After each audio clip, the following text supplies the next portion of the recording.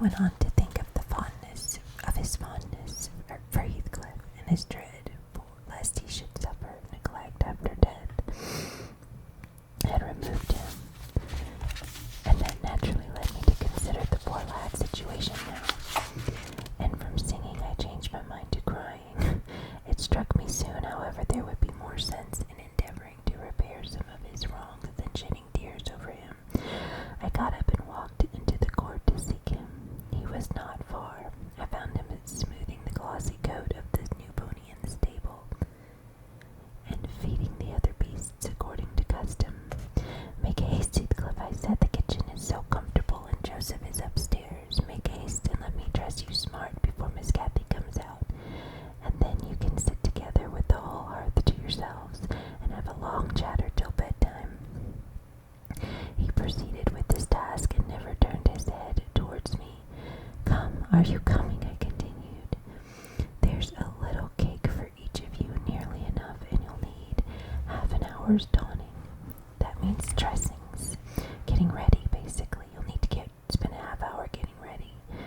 I waited 5 minutes, but getting no answer, left him. Catherine supped with her brother. That's ate dinner with her brother and sister-in-law. Joseph and I joined at an unsociable meal, seasoned with reproofs on one side and sauciness on the other. Somebody's got an attitude problem. His cake and cheese remained on the table all night for the fairies. He managed to continue to work till 9 o'clock, and then he marched dumb and dour to his chamber. Cathy sat up late, having a world of things to order for the reception of her new friends. She came into the kitchen once to speak of her old one, but he was gone, and she only stayed to ask what was the matter with him, and then went back. In the morning he rose early, and it was a holiday, carried his ill humor onto the moors, and not reappearing till the family was departed for church.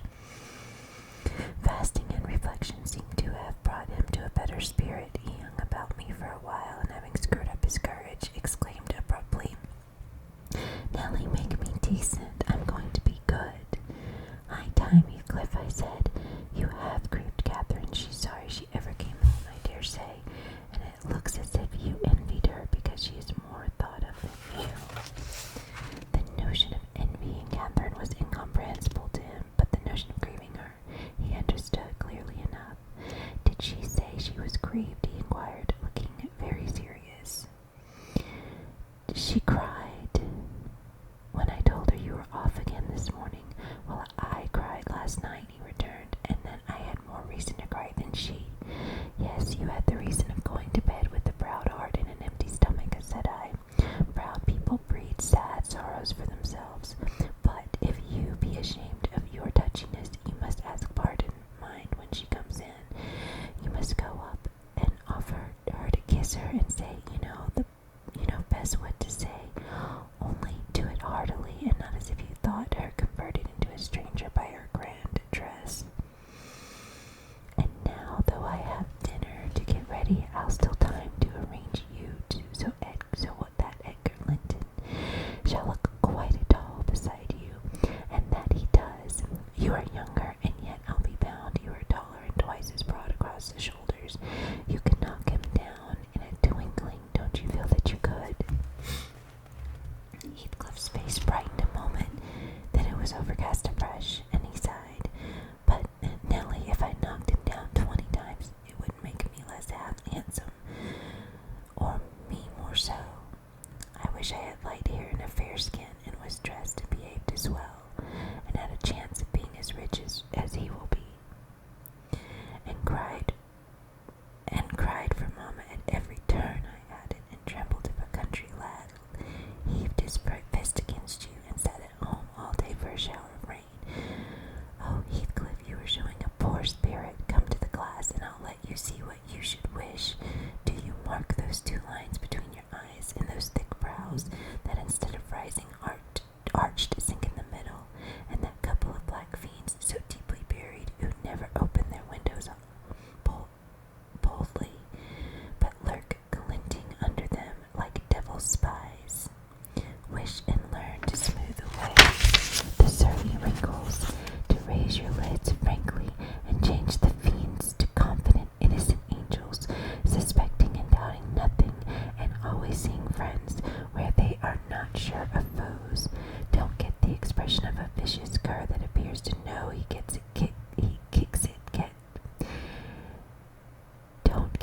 expression of a vicious cur that appears to know the kicks it gets are its dessert, and yet hates all the world as well as the kicker for what it suffers.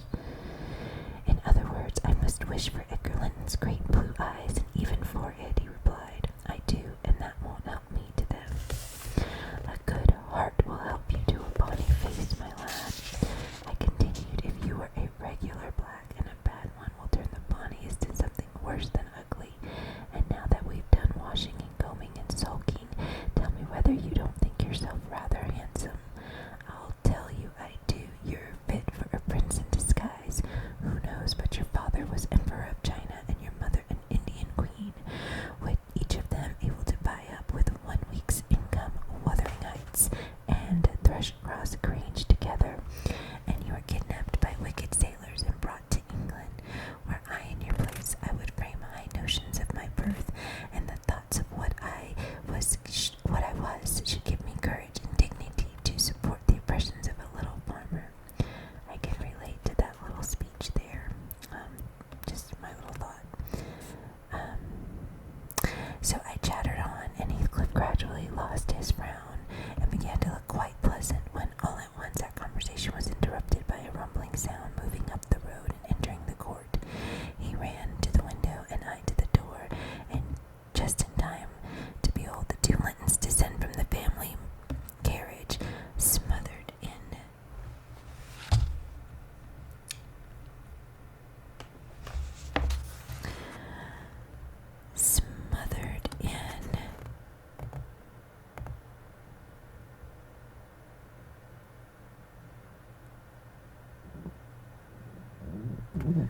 I lost my place. Oh, there we are.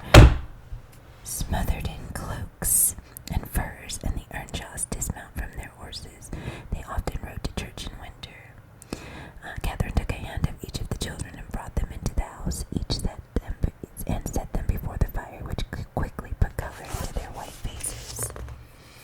I urged my companion to hasten now and show his amiable humor, and he willingly obeyed. But ill luck would have it that, as he opened the door leading from the kitchen on one side, Hindley opened it on the other, they met, and the master, irritated at seeing him clean and cheerful, or perhaps eager to keep his promise to Mrs. Linton, shoved him back with a sudden thrust and angrily bade Joseph keep the fellow out of the room. Send him to the garret till dinner is over. He'll be cramming his fingers in the tarts and stealing the fruit if left alone with them a minute. Nay, sir, I could not avoid answering. He'll touch nothing, not he, and I suppose he must have had his shares, and I suppose he must have his share of the dainties as well as we. He shall have his share of my hand, if I catch him downstairs again till dark, cried Hindley. Begone, you vagabond. What, you are attempting the coxcomb, are you? Wait till I get hold of those elegant locks, see if I won't pull them a bit longer. Kind of reminds me of Cinderella and her stepsisters. Seems like to be a little bit of jealousy there.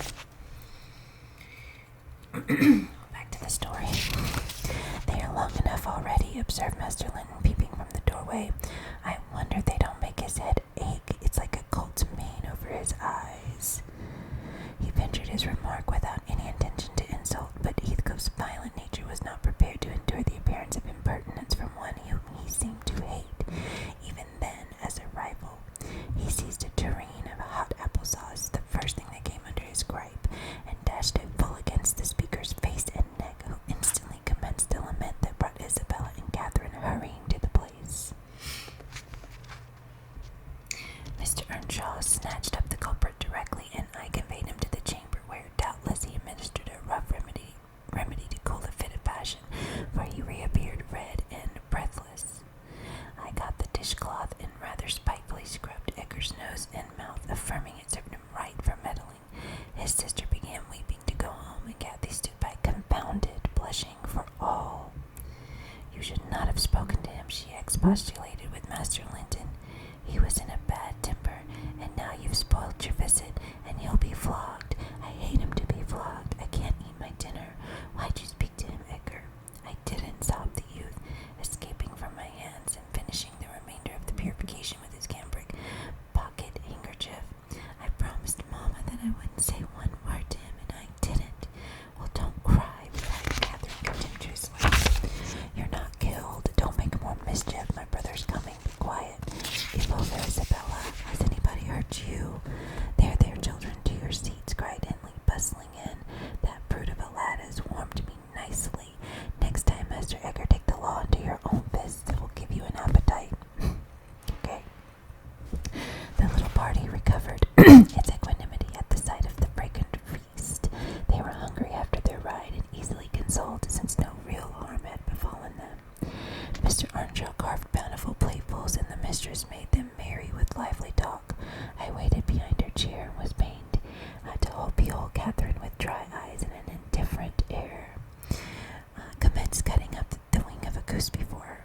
An unfeeling child, I thought to myself. How lightly she dismisses her old playmate's troubles. I could not have imagined her to be so selfish. She lifted a mouthful to her lips. Then she set it down again. Her cheeks flushed, and the tears gushed over them. She slipped her fork to the floor and hastily dived under the cloth to conceal her emotion. I did not call her unfeeling long, for I perceived she was in purgatory throughout the day and wearying to find an opportunity of getting by herself or paying a visit to Heathcliff, who had been locked up by the master, as I discovered on endeavoring to introduce him to a private mess of victuals. In the evening we had a dance. Cathy begged that he might be liberated then, as Isabella Linton had no partner. Her entreaties were in vain, as I was appointed to supply the deficiency.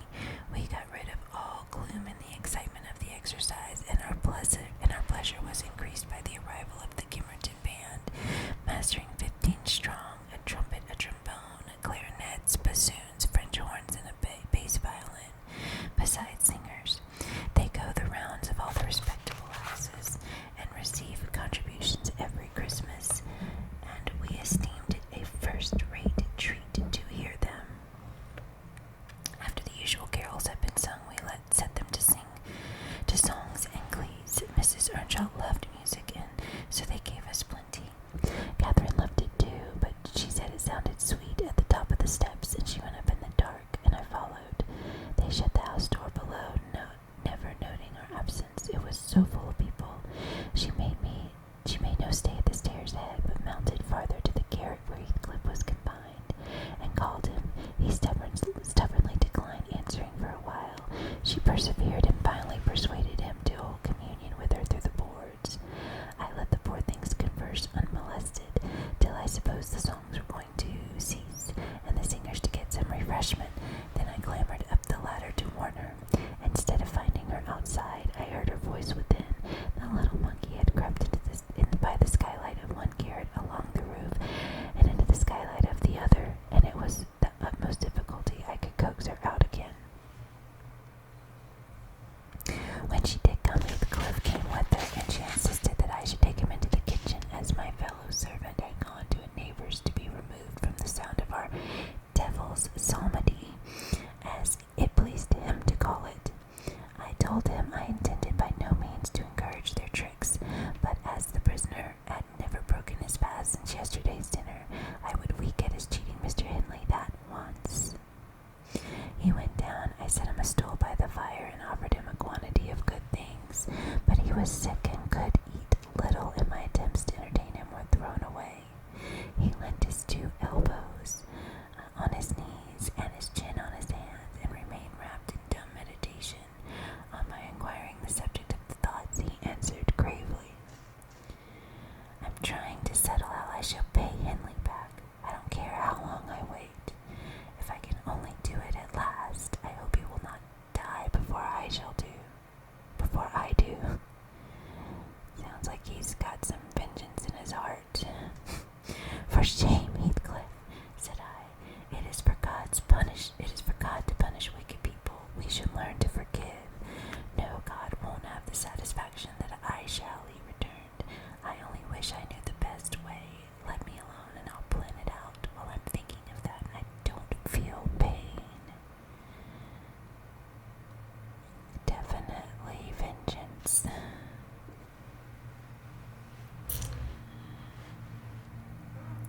Mr. Lockwood, I forget these tales cannot divert you. I'm annoyed.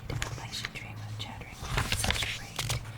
And you're cruel cold, and you nodding for bed. I could have told Heathcliff's history, all that you need hear, in half a dozen words.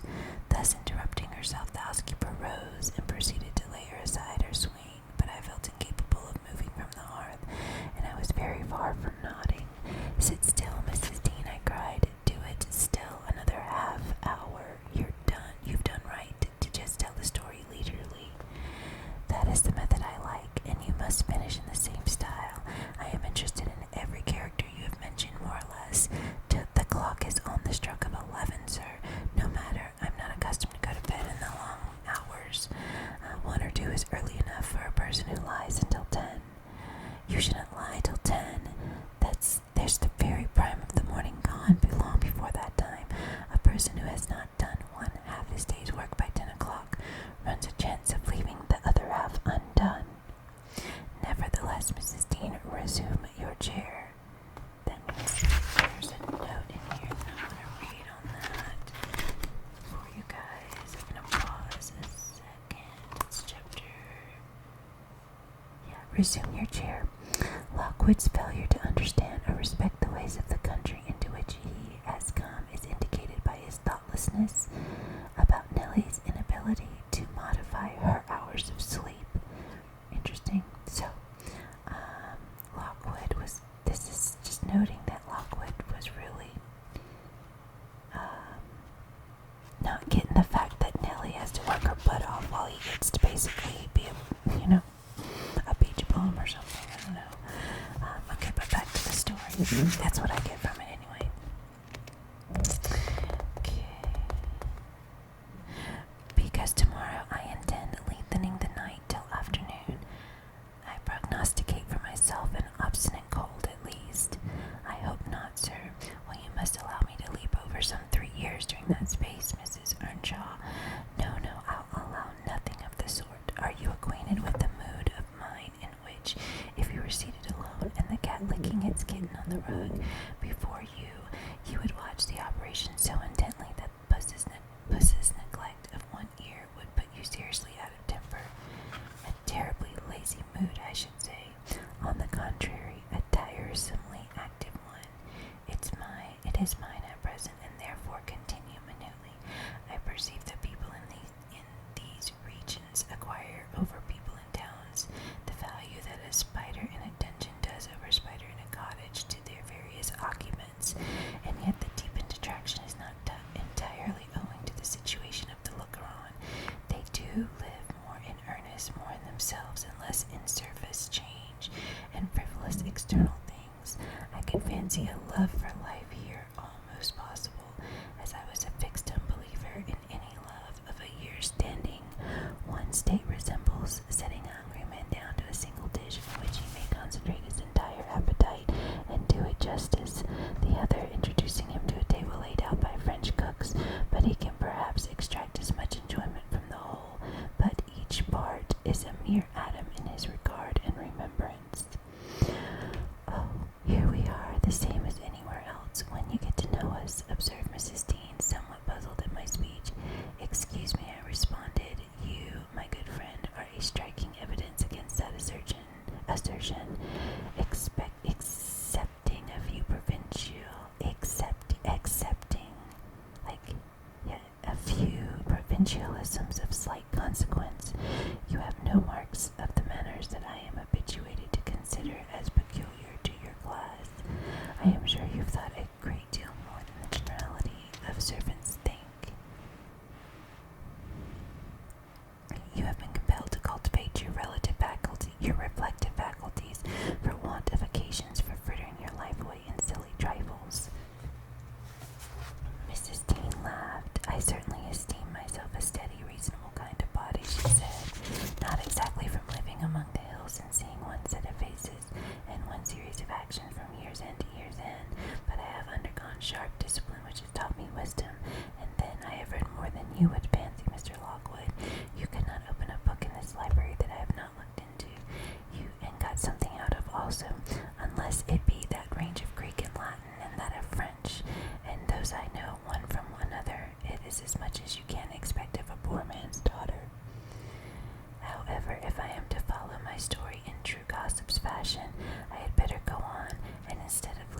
23 years I will be content to pass on to the next summer, the summer of 1778.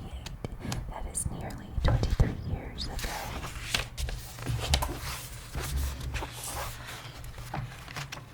So, yeah, chapter 7 talks about basically now,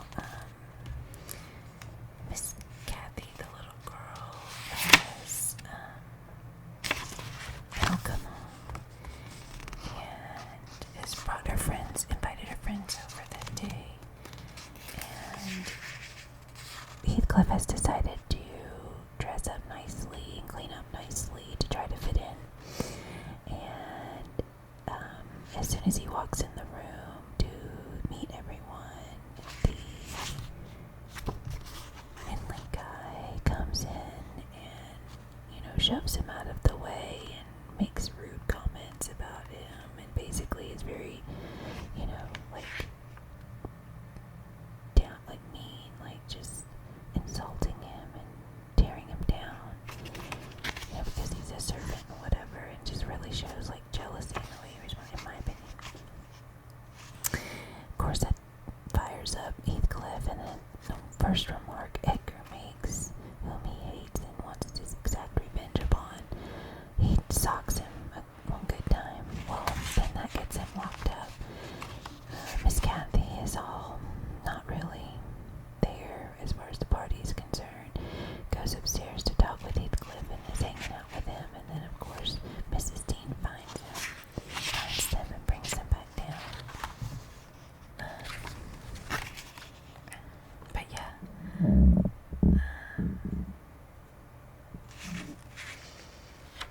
Let's see what else.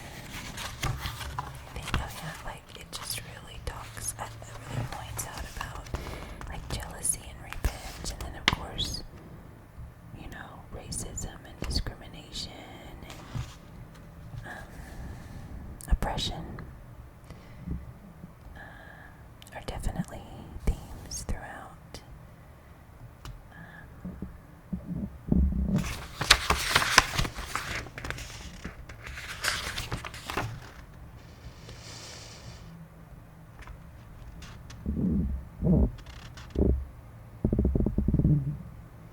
She fed Heathcliff. Heathcliff finally ate because he had, skipped meals and been punished. And that's where he declares his revenge, his desire for revenge on Henley. He didn't care how it happened, it didn't even matter. And when he, how? He said, I don't care how long I wait, if I can only do it at last. I hope he will not die before I do, just so he can have revenge on him. Of course, Mrs. Dean is there almost like a mother, trying to tell him the right way to go and the right attitude to have. But of course, he's too filled with anger, right? These emotions. And says, no, God won't have the satisfaction that that I shall. I only wish I knew the best way. Let me alone and I'll plan it out. Because while I'm thinking of that, I don't feel pain. And that's when she stops and she's like, hey, it's getting late. I better stop. I'm just going on. And Mr. Lockwood's like, no, please continue. This is great. I'm enjoying it. I'm a bum. I stay up late and wake up late every day. She's a hardworking woman, that doesn't really have status, but has some, I guess class, maybe. I don't know. That's the word, but definitely she's a well-read woman, and she just tries to keep her to know what, not be ignorant, I guess, is maybe that's the way to say it. I don't know. But yeah, so very good so far. So thank you for tuning in. Please stay tuned for chapter 8.